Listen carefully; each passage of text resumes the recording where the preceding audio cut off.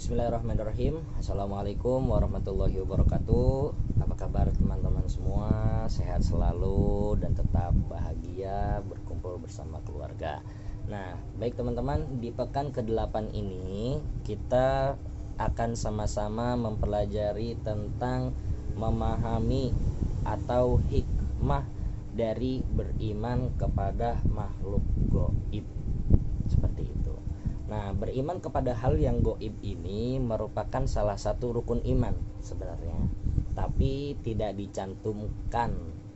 Nah, rukun iman itu kan yang kita tahu itu ada 6, sedangkan dari ke-6 rukun iman yang sering kita dengar ataupun yang pernah dipelajari itu tidak ada ataupun tidak tertera beriman kepada makhluk gaib. Baik, penjelasannya ialah kenapa beriman kepada makhluk gaib itu masuk ke dalam rukun iman. Nah, pertama, Allah itu gaib. Apa sih arti dari gaib itu? Nah, arti dari gaib itu adalah sesuatu yang tidak bisa kita lihat ataupun tidak bisa kita rasakan. Seperti itu. Allah tidak pernah kita melihatnya dan kita juga tidak pernah merasakannya, tapi kita wajib beriman bahwasannya Allah itu ada. Kemudian malaikat diciptakan dari cahaya. Kemudian malaikat pula tidak dapat kita lihat ataupun tidak dapat kita raba, tetapi kita tetap wajib untuk mengimaninya. Seperti itu. Kemudian masih banyak makhluk-makhluk Allah yang tidak dapat kita lihat dan tidak dapat kita rasakan keberadaannya, tapi kita tetap wajib untuk mengimaninya. Kenapa? Karena di dalam Al-Quran juga sudah dijelaskan bahwasannya Allah Subhanahu wa Ta'ala berfirman, ayatnya itu ada terdapat di dalam surat Al-Baqarah, ayat 2. Apa ayatnya? Ayatnya itu ayat pertama, alif lam mim dzalikal kitabu la raiba fi. Untuk apa? Hudal lil muttaqin.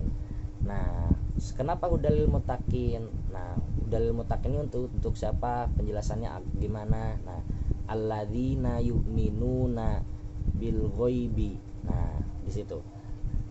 Bagi orang-orang yang beriman kepada yang gaib. Seperti itu. Maka ketika Rasulullah Shallallahu Alaihi Wasallam pernah bersabda bahwasannya Rasulullah itu sangat merindukan Rasulullah itu sangat merindukan keluarganya. Rasulullah itu sangat merindukan sahabat-sahabatnya. Rasulullah itu sangat merindukan teman-temannya. Nah, teman-teman Rasulullah itu siapa? Kita semua.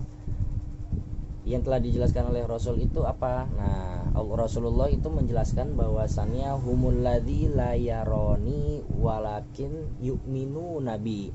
Mereka adalah yang tidak pernah melihatku sama sekali, tetapi mereka mau beriman kepadaku. Nah, itu kan termasuk ke dalam sesuatu hal yang gaib. Kenapa? Karena kita tidak pernah bertemu dengan Rasul, bahkan kita tidak pernah memegang Rasul.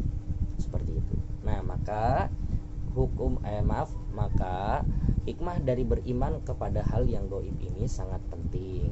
Kenapa? Karena semua berhubungan dengan hal-hal yang tidak bisa kita lihat dan juga tidak bisa kita raba. Seperti itu.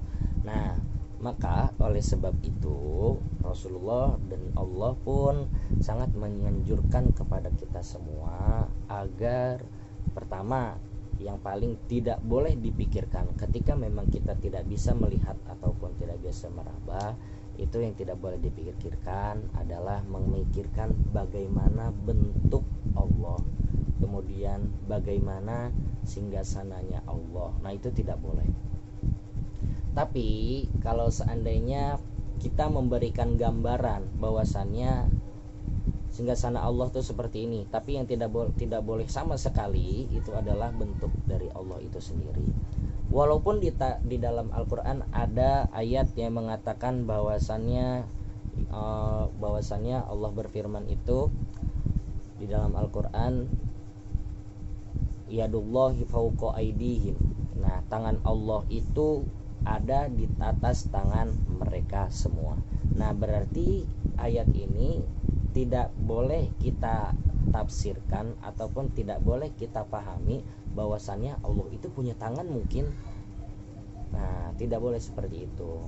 Nah, berarti kita tidak boleh memikirkan tentang pencipta, tapi yang boleh kita pikirkan itu adalah ciptaan dari Allah. Seperti apa? Seperti malaikat. Nah, malaikat sudah banyak penjelasannya di dalam Al-Qur'an. Kemudian iblis juga sudah dijelaskan penjelasannya di dalam Al-Qur'an. Bagaimana bentuk mereka, bagaimana sifat mereka, dan masing-masing semua ciptaan Allah itu pasti punya sifat-sifat tersendiri dan harus mematuhi apa yang Allah perintahkan.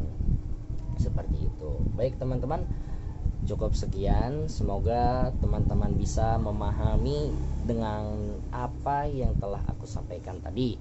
Nah, kurang lebihnya mohon maaf, dan tetap semangat untuk teman-teman yang belajar di rumah. Semoga sehat selalu dan selalu berdoa. Semoga teman-teman dan keluarga senantiasa dijaga oleh Allah Subhanahu wa taala. Amin. Billahi taufiq wal hidayah. Wassalamualaikum warahmatullahi wabarakatuh.